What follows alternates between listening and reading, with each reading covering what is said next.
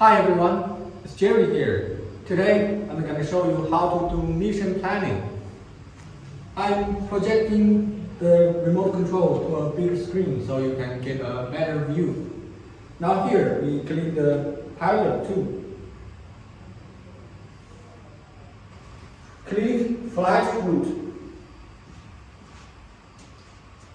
Then click create a route. Choose mapping. As you can see, here is the surveying area. On the controller, we click on the surveying area. We can drag these 4 dots to adjust the surveying area. I'm going to make this a little larger. Okay, once you select the surveying area, you can pull up the menu by clicking this little arrow. Okay, here we can name the mission. Here is the mapping tool with the name of the mission. Then we can select camera. Choose then use L1. Then choose LiDAR mapping. Disable IMU calibration. Enable terrain follow. Then we can select the DSM file.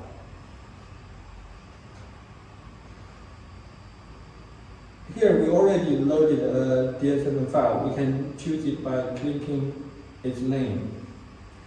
And also you can, if you don't have this listed, you can click the plus sign. Here we can import a local file or download from the internet. We already have this selected, so I'm just gonna go back. Here, one file, it's already selected. Terrain follow height. Here, the measurement unit is feet. We usually use metric system, so this is about 100 meters.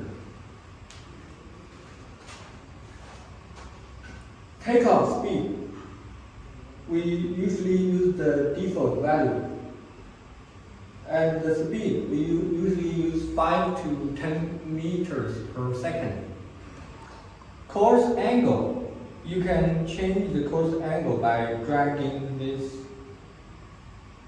little dot and see how the trajectory changes. Now we have done the setting. I'm gonna save this mission by clicking the Save menu. Let's go out, flight mission. Ether.com. Make global trade easier.